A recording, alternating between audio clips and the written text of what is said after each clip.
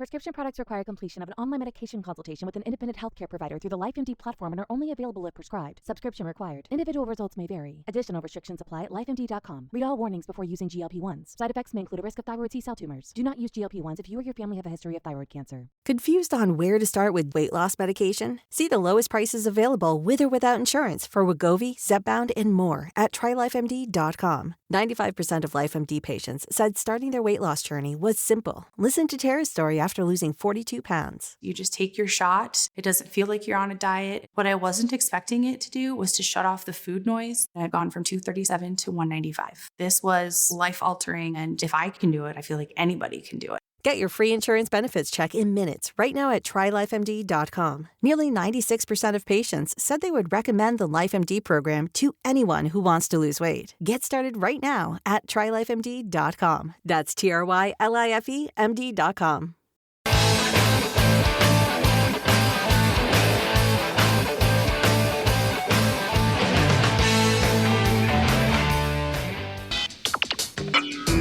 You are about to listen to the Dr. Daliah Show. Sassy, stimulating medical talk radio. Any medical advice Dr. Daliah Wax gives on her show should not be substituted for an actual visit to your medical provider. And now, here's Dr. Daliah.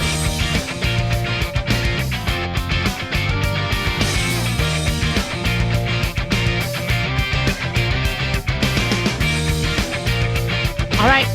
We are back on Dr. Daliah Show. Thank you all for tuning in. 1-877-Dr. Daliah, 1-877-DOC-DALI. I have a churro. I love churros. You know, a lot of people don't understand. There's some kind of interesting history with churros. And there might actually be some health benefits to the churro. Churros, they're an interesting dessert. Because, see, I like things that don't have nuts in them. I don't want to have to interrupt my eating. I want to just eat my dessert. So don't give me a candy bar with nuts, but give me a candy bar. I also like something where I don't have to eat the whole thing in one shot, where I could take a bite and then I could put it away, like a candy bar, etc. I don't do well with ice cream cones. Ice cream cones are very stressful to me because you have a time limit before the ice cream melts. So you have to eat it pretty quickly before the ice cream melts, and then I don't want to overeat it. I like to take my time with dessert. Like, I'm going to probably eat this churro over the whole next hour of my show. I shouldn't. Maybe I can. You know, there's some health benefits to a churro if it's made correctly. Now, churro is what? Flour, water, dipped in oil. This is fried, sugar, and cinnamon. If you use the right sort of flour, you could improve your fiber intake with a churro. These things are long. Also, the cinnamon can be very healthy. The cinnamon is an antioxidant. Cinnamon has also been known to help with brain health and all that. Now, mind you, this is very caloric. It's a lot of sugar. In fact, I got like sugar right coming off of it. But I think churros are really interesting. So, a lot of sugar. Where do they come from? So I always thought they came from Spain. And so the reason why, and this comes from Food Republic, the origin that is the most widely theorized is that they came from Spain. The shepherds of Spain were the ones who invented it. They were looking for an alternative to fresh bread while tending their sheep. They were high up in the Spanish mountains. So they took flour, water, salt, dough mixture, fried it in a hot oil. Then they made the churro, and they were named after the churra sheep that the shepherds tended to. The sheep's rigid horns are why we think it has a star-shaped appearance. All right? So that, to me, makes sense. All right? Oh, my God, there's a lot of sugar on there. All right. Now, however, there's China who's taking credit. Now, China takes credit for a lot of things. You know, noodles, spaghetti, fireworks, COVID. Well, they should be taking more credit for COVID, honestly. Although China apparently has a similar treat that looks like a churro. Apparently, it's called yu tao, named after the Cantonese word for oil-fried devil.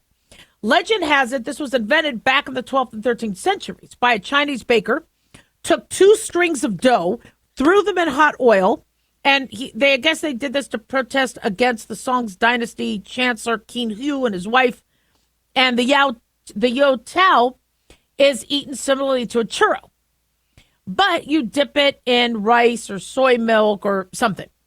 And then some people think it's the Portuguese who entered China in the 1500s and introduced this Yao Tao to the rest of the world as a churro. So, here we are eating a dessert that is now probably one of the most popular desserts. It's interesting when you go to Disneyland. I'm trying to find the beignets, which are in a far corner of the French Quarter of Disneyland. But you can find churros all the way down there. So you end up eating 4 or 5 churros, then you get too full for the beignets. And I'm a big fan of the sweets. Right? I have a big sweet tooth.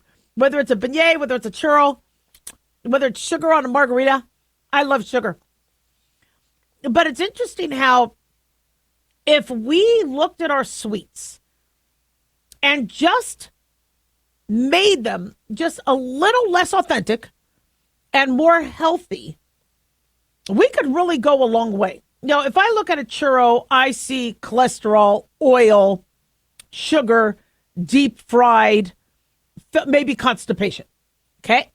Yet, if you make your own churro, which is kind of easy to do, it might be hard to make the shape, and you just try to use healthy grains, use cinnamon, maybe you could sweeten it with some honey, although I like churros de chocolate. So my textbook in sophomore year Spanish was churros de chocolates. So I always knew you used chocolate with your churro.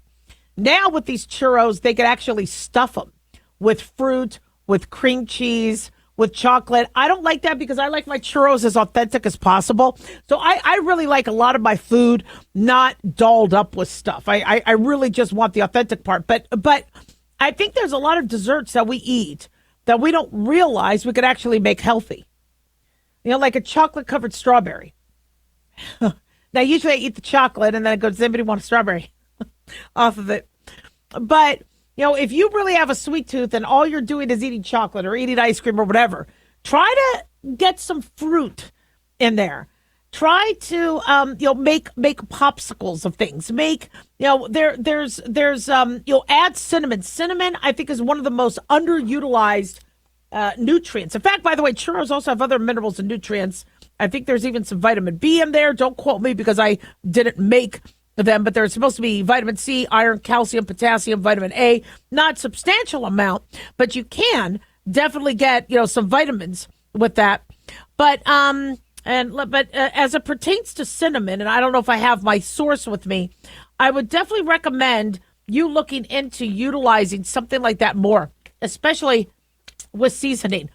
If you're going to use honey, we don't like to use honey around infants because of the botulism risk, but honey is a fantastic way to sweeten your food and make something seem sweet and delectable, delicious, without necessarily adding a lot of bad sugar into your body. So something to think about. And then also, maybe let's try to get rid of our sweet tooth by eating more healthy foods, exercising, and distraction. 1-877-DOC-DALIAH. Don't go away.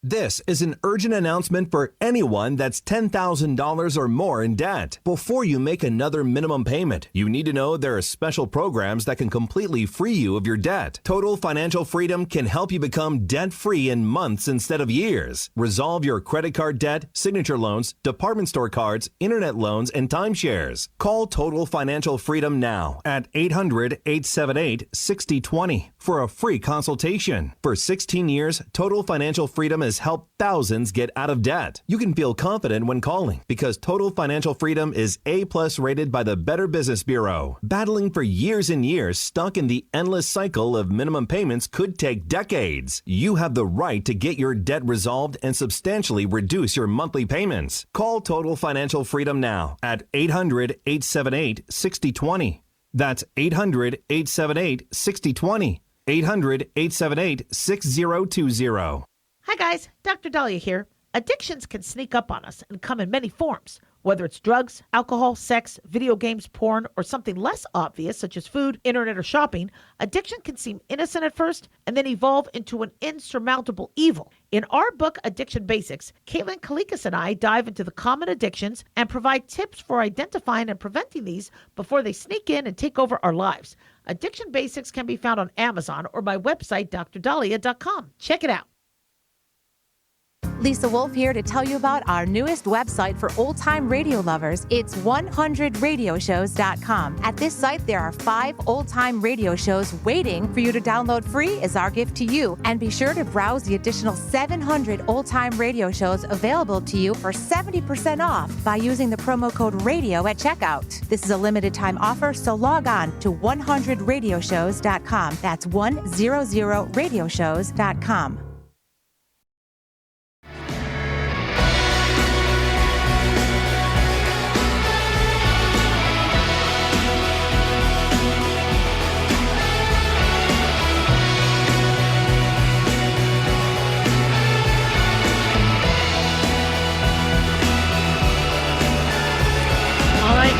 We are back on Dr. Daliah Show. Thank you all for tuning in. 1-877-Dr. 1-877-DOCDALI. Big thanks to Talk Media Network for making the show happen. Big thanks to Daniel, our producer. And big thanks to y'all for tuning in. We really do appreciate it. Don't forget to follow us on Twitter or X at Dr. Daliah, Facebook, The Dr. Daliah Show, and on YouTube, click like and subscribe. I'm a little bit embarrassed. I ate the whole churro. I was going to kind of milk it throughout the hour. I just gobbled it down. It was really yummy. So again, I got to burn some calories. I'm going to suck in my stomach the whole time I do this next segment. So, people who need to suck it up are the critics of the National Guard deployment to help out DC police organize their assault on crime and their work to make the streets safe in our nation's capital. And they're definitely eating crow as we're hearing more and more people are in support of what's happening, especially people who live in D.C. Now, we are being told that there have already been, I believe, 100 arrests since the operation started on Monday. In addition, we are being told from White House Press Secretary Carolyn Leavitt that 29 illegal immigrants were also among some who were arrested. Hundreds of Metropolitan Police Department officers and National Guard made these arrests, and there were some assaulting some of the police officers. They say 45 individuals that have been arrested have been charged with assault on a federal officer, fugitive apprehensions, possession of child sex abuse material, illegal firearms, drug trafficking, and these are some of the people they found just in one night. Really. And as we said, the police union chief had Pembleton, I believe his name was, said he was, happy that he was going to get to partner with the National Guard on this. Now, there was somebody who assaulted an officer with a Subway sandwich. We found out that he actually was a government employee. He is facing a felony federal charge assault for throwing a Subway sandwich at a U.S. Customs and Border Protection agent in D.C. He was an employee of the Department of Justice. You can't make this stuff up. That's according to Attorney General Pam Bondi. The man is identified as Sean Charles Dunn, and he has been fired. FBI Director Kash Patel posted a video showing what he did. And listen, I like my Subway sandwiches. Right? That's especially since they cost at least $5, $6, $9 now. So throwing something at an officer is a felony, and it should be a felony. How do we know there's not a bomb in there? How do we know there's not something toxic? Fentanyl. You're throwing, because people say, well, all it was a sandwich or a hoagie. It's assault. What if he's allergic to, I mean, you can hurt somebody with a sandwich. Let's say they're allergic to peanuts or whatever. It's a no-no. And people think, well, they do it in movies. They splash drinks in people's faces. I'm protesting. It's only a sandwich. Nope. He just got schooled. This Sean Charles Dunn worked in the DOJ Criminal Division International Affairs section. Now, what makes this such a story is if you work for the Department of Justice, shouldn't you have some baseline knowledge of what's illegal and what isn't? And shouldn't you also, if you do take a government job, follow the laws? He's a Department of Justice employee. And if you are a Department of Justice employee, don't you understand the need for there to be ICE removing illegal criminal individuals who have committed crimes, the Tren de Aragua, or people who have committed crimes, whether they're American or not? How did you get your job at the Department of Justice? And these are some of the people that are working for the government. Now, I'm not saying everybody who works for the government has to be in complete agreement with whoever the commander-in-chief is.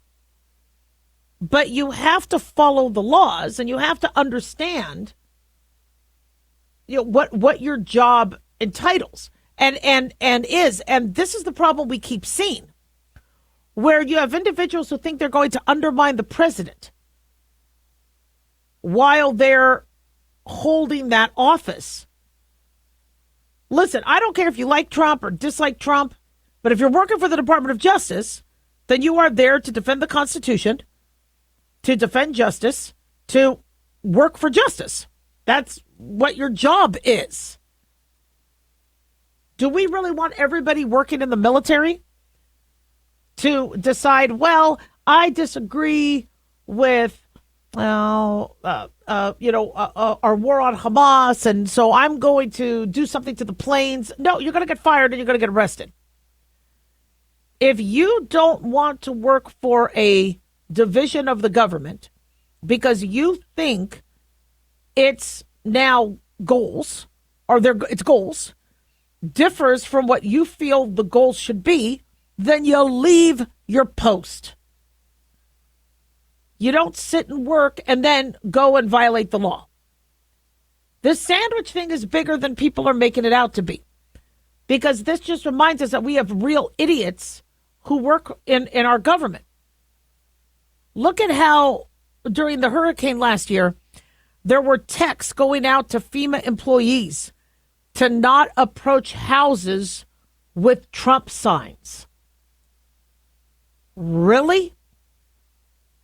If you're taking a job with the Federal Emergency Management, so if you are administration, if you are working to help those in need with emergencies, what the hell are you doing giving advice or taking advice where you're avoiding somebody who has one type of political affiliation? This is America. Whoever our commander-in-chief is, whoever FEMA is, whoever our Department of Justice is supposed to protect all American citizens, whether you're Republican, Democrat, Independent, Green Party, whatever. Nonpartisan, that's what they do. And the more we see this, the scarier it is. And my problem is it's because we let politics get that important. We let that divide. I didn't care growing up if you voted for Mondale or Ronald Reagan. I didn't give a damn if you liked Dukakis or if you liked Robert Dole or the election's the election. Whoever we have as our president, we respect and we get by the best we can if we like their policies or not. And if we have a problem with it, we make it known at the voting booth, or if we want to do peaceful assembly, that's all right. But life moves on.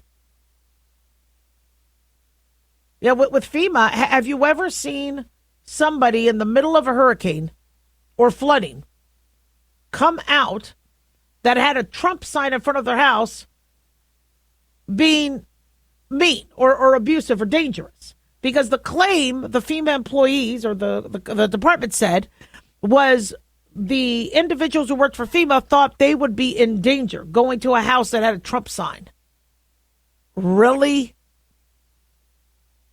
So knowing that there are people in the government that do not follow laws, that break laws, are unethical, means we need to really have another look at who our government employees are. I don't care if they're Democrat, Republican, nonpartisan, be ethical and have some competency. You cannot work for the government or the Department of Justice if you're violating laws and you do not find it to be wrong to obstruct a federal officer. But that's who's running the department, or not running, but that's who's manning the Department of Justice. It's ridiculous. Yet in medicine, I am frustrated to hear when you'll hear of medical students or somebody saying that they are retaliating against somebody else, a patient, because of who they might support. Nah. Your job in medicine is to take care of everybody, even criminals, even people that have swastikas tattooed on their chests like I had to. You give everybody the best care possible because they're human beings. They might be stupid. They might be misinformed. They might be misled. They might have severe mental illness. But you take care of them. And you do your job. If you don't think you could do your job ethically and non-biasly, you get the hell out. 1-877-DOC-DALIAH.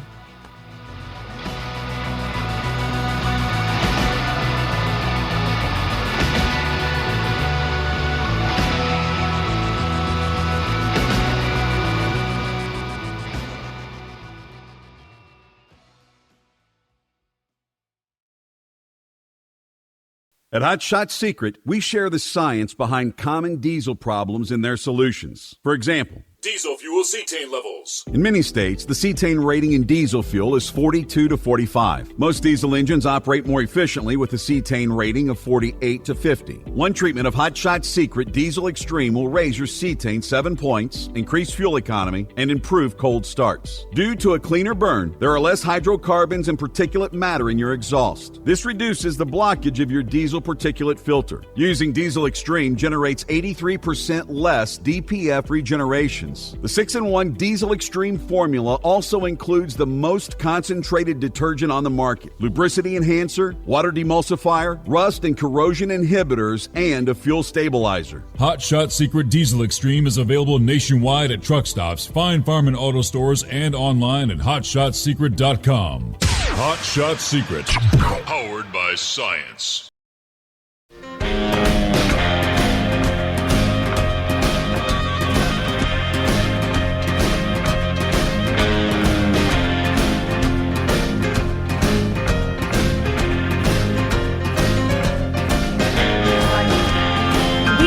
Dr. Daliah Show. Thank you all for tuning in. 1-877-DOC-DALIAH, 1-877-DOC-DALI.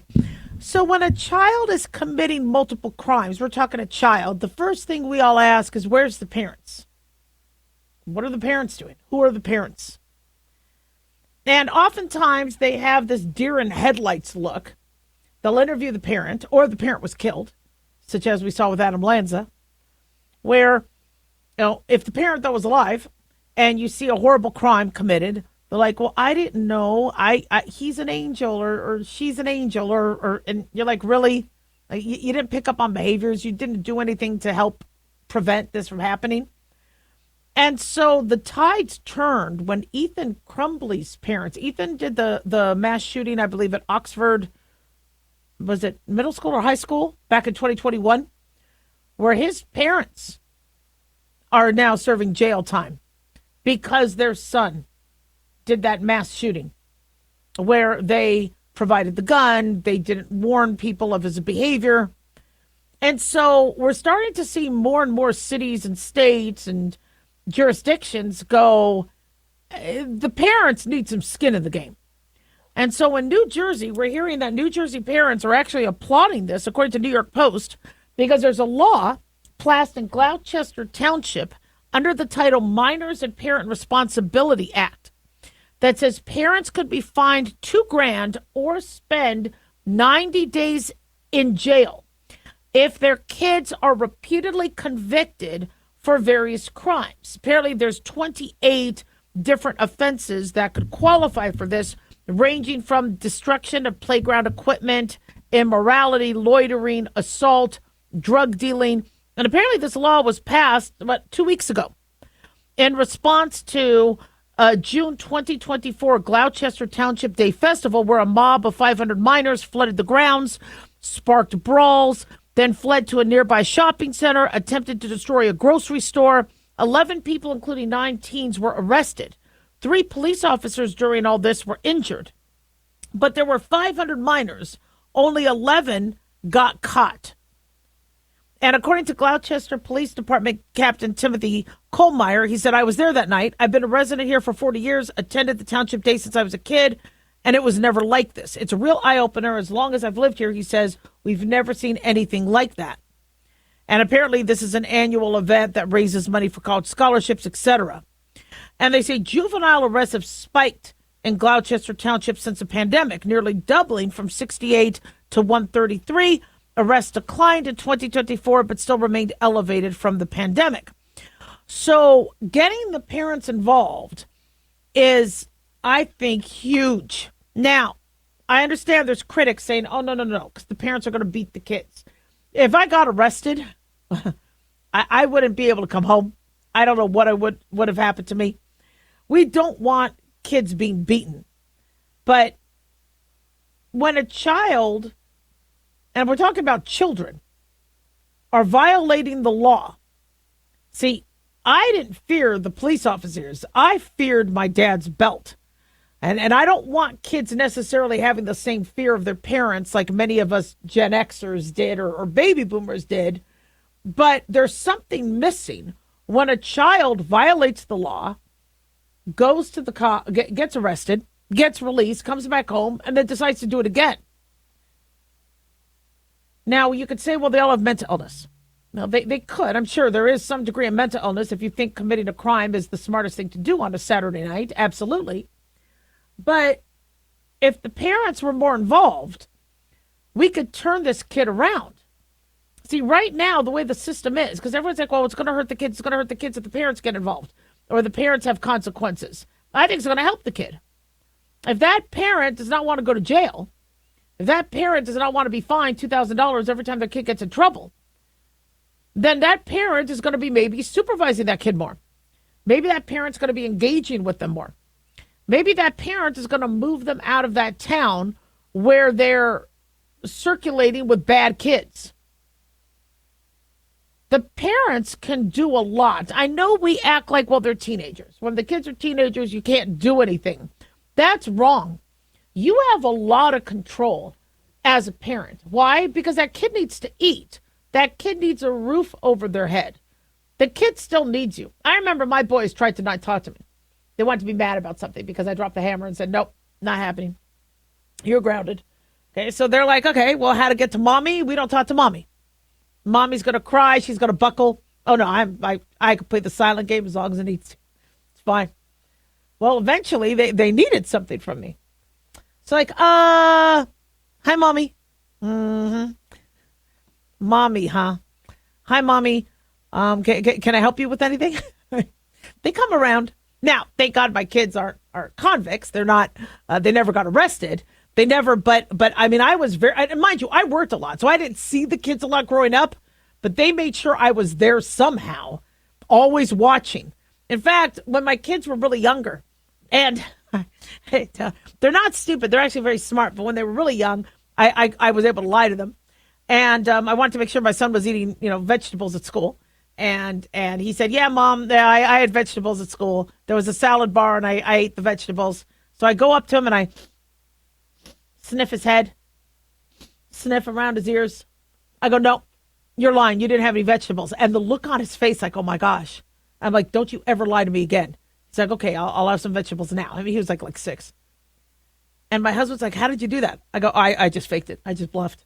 I could play poker, by the way, really well. I know how to bluff. My other son, he got in trouble for throwing said vegetables at a wall. A bunch of the kids decided to take food out of the cafeteria and throw fruits and vegetables at a wall. Well, my son made it sound like he didn't do it. He was in the back and just got rounded up with everybody. And he was 6 years old at the time. So I did the sniff test, went up to him. I said, no, you threw at least 3 of the fruit. And he just looked at me like, okay. So I do put scare. I make the kids think that there is some sort of ESP or some sort of telepathy or something where I know what the hell they're doing so they don't lie to me. But again, I had the advantage of early on knowing what I had to do to prevent me from having kids that would eventually go the wrong way. And I knew I had to establish respect. I had to establish communication. I had to establish a way to remediate and that there was going to be room for forgiveness, because some kids feel once they mess up, they're going to just always be in the doghouse. They had to show that there was a way to still get on my good side. But it takes a lot of work, especially when you're already working 100-hour weeks, to make sure you're there for your kids. And if you're not there for your kids, it's your job as a parent to then get the help. And there's Child Protective Services. There's a bunch of organizations within your town to help you if you do have a kid that is unruly or won't listen to you or is doing drugs or going off the deep end. And so maybe this is going to get these parents to get kids the help they need. And it's interesting because many parents, I guess, have had enough seeing these juveniles do these crimes. And by the way, if a juvenile is committing crimes, then there's a good chance they're going to continue committing crimes as an adult. What better way to help protect the kid than to get the parent's butt into the hot seat as well? And you start fining a parent $2,000 every time their kid messes up. Parents are already legally liable. If your kid hurts somebody's property or damages their car or TPs their house or eggs something, and you already, the parents are responsible. They have to pay. So why not be responsible for the kid's actions? So apparently their ordinance has actually been already sampled in other towns. Many parents know they're going to receive warnings. They're already aware of what's going on. But there's already advocacy groups that are saying it's bad, it's dangerous, and it's listen, we don't want any parent hurting their child. But if a child is breaking the law and they end up in jail, they're going to get hurt that way. So we got to protect the kids somehow. And I think the parents need to get more involved. 1-877-Daliah.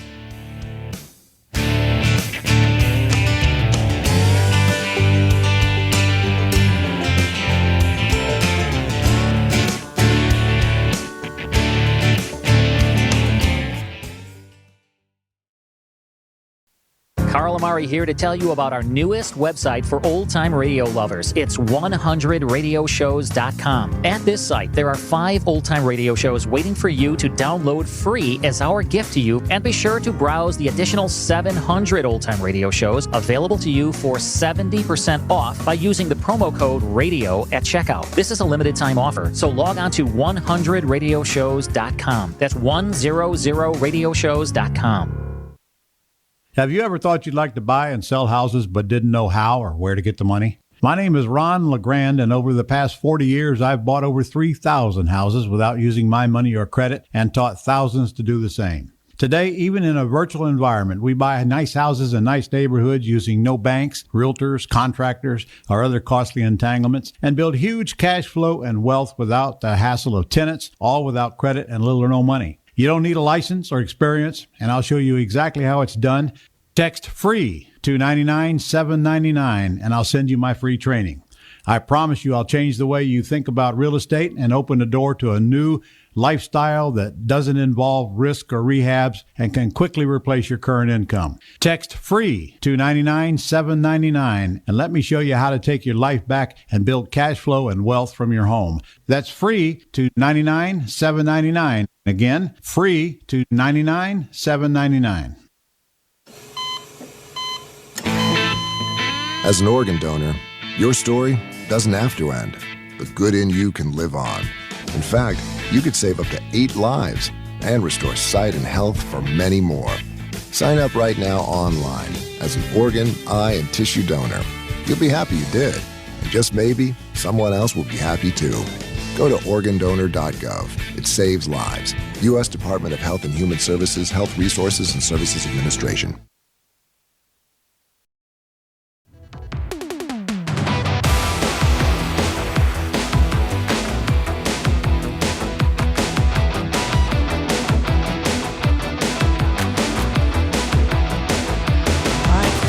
We are back on the Dr. Daliah Show. Thank you all for tuning in. 1-877-DOC-DALI, 1-877-DOCDALI. So we have superbugs out there, and superbugs are those that outsmart the current antibiotics or treatments that we use to knock them out.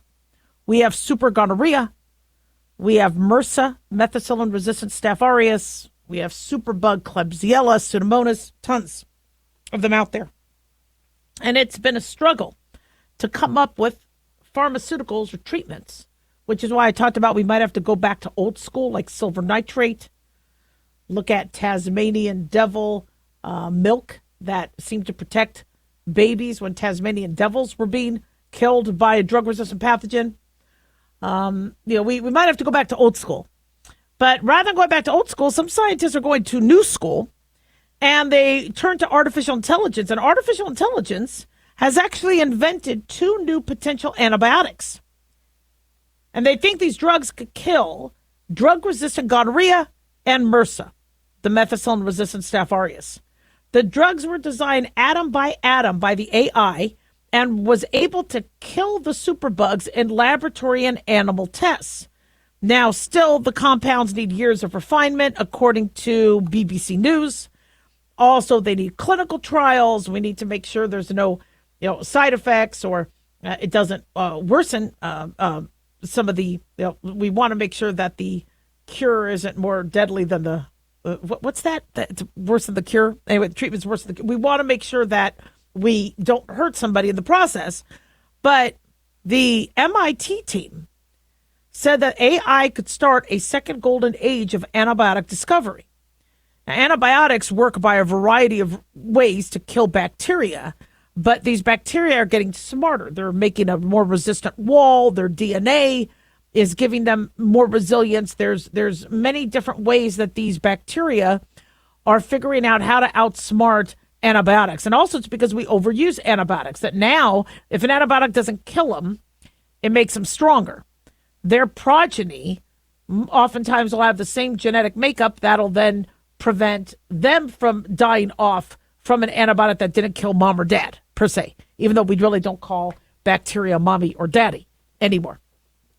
Not because it's politically correct, just there's really not a mom or dad aspect to it. So the researchers looking at ways to fight the way bacteria is dodging drugs is smart. And in fact, we've really struggled with making new antibiotics, one, because of Obamacare, and because of the limitations that pharmaceutical companies have on their patent and the push for generics. And let's say a pharmaceutical company makes a new drug that could kill drug-resistant gonorrhea. Are there going to be enough sales of that to warrant all the R&D and the clinical trials and the staff and the rent and the insurance and all the money going into it and the marketing? So it's we need drug-resistant gonorrhea medication. We definitely need drug-resistant staph antibiotics. But if insurance companies are usually covering generics, and it's really hard to get an insurance company to pay for a brand name, and by the time you do get insurance companies to cover it, you lose your patent. Many of these companies are not really jumping through the hoops to get these drugs. But if AI is minimizing the trial and error, if it's minimizing the time it takes to come up with these, that's cool.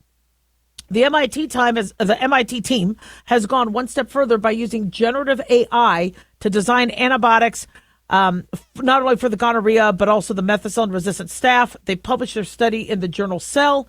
They interrogated 36 million compounds, including those that either do not exist or have yet to be discovered. And scientists trained the AI by giving it the chemical structure of known compounds alongside data on whether they slow the growth of different species of bacteria. The AI then learns how bacteria are affected by different molecular structures built of atoms like carbon, oxygen, hydrogen, nitrogen. And then they use these approaches to design new antibiotics with the AI. using a library of millions of chemical fragments, 8 to 19 atoms in size. And then the second program gave the AI free rein from the start.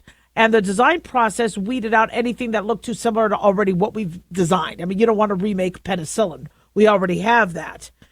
And so once manufactured, these leading designs were then tested on bacteria in the lab. They also tested it on infected mice. I don't know how the mice got the gonorrhea. I don't want to know. It's a family show, so we won't go there. But, and they saw the efficacy. So this is cool. And I really look forward to where we're going with this. Of course, it shows that, we might be giving up on humans, coming up with the next big drug and practicing with these because AI can do it faster. But we're still not there yet. We're not ready to use AI medications because we still have to practice them, trial them. And AI still is not as smart as we think. All right? There's still a lot of complications with it, shortcomings. But we might be on the right track with this. 1-877-DOC-DALI, 1-877-DOC-DALI. All eyes are on tomorrow's meeting where Trump meets with Putin in Alaska. Gosh, I love Alaska. I can't wait to go back. I really should, in media, be up there and then I'd broadcast, but there's no way that even let me in the room, so I might as well stay here and save the money. But there's Trump feels there is a 25% chance that his meeting with Vladimir Putin is going to be a failure. Now, I find that interesting. I was thinking 50-50. I was thinking, actually, well, it would be, depending on your definition of a failure. Would there be a ceasefire agreement? To me, it was 50-50. But that's interesting that it's actually 75-25. Trump gave those odds in a phone interview with Brian Kilmeade on Fox News Radio. And he's leaving first thing tomorrow to go meet with Putin. And he, will, want to come up with a plan on how Putin could turn around and leave Ukraine. Not going to be easy. But it was an interesting statement that he said, a 25% risk of failure, because Trump is really confident. But I think he also knows that the media is going to hold him to everything he says. And so, you know how before he got into office, he said, I am going to have the hostages home. I'm going to have the Russian-Ukraine war ended before I even take office. I think he's being a lot more careful with these bold statements. But I take that as, wow, he thinks he's going to get farther along with Putin than we think. Putin, all Putin needs to do is wait for people to stop funding Ukraine, and he'll be able to take over Ukraine. But there is global support for Ukraine, and America is still willing to fund Ukraine's part of the war. So Putin probably knows that, he's running out of time. That's what he probably was hoping with the war of attrition, but he's already 3.5 years in. So it's going to be interesting to see what it is that brought him to the table. What is he weak on? What is his Achilles heel? What's his soft spot? And he has to go back to the Kremlin and say, look, this is what I'm taking home. This is what I'm getting. And he has to make sure his people are happy, otherwise he gets killed. So it'll be interesting to see what the incentives are and what the threats are going to be. Now, of course, Vladimir Zelensky, wants to make sure he's a part of whatever negotiations. And I understand how Trump has to meet with Putin separately and Vladimir separately, because if you put right now Vladimir Zelensky and Putin in the same room, nothing's going to get done. So I understand with the mediation, you talk to one side, you talk to the other, and then let's bring them together. But Vladimir Zelensky says, I do not want a deal unless I'm a part of it. And the EU is backing him on that as well. But Trump holds a lot of cards because Americans are getting sick of funding this war. I support it. I support us staving off Russia. But as I said early on, when this all started, we're going to have to cut the head off the snake, because otherwise this is going to go on for years. And here we are 3.5 years later. 1-877-DOC-DALI. Don't go away.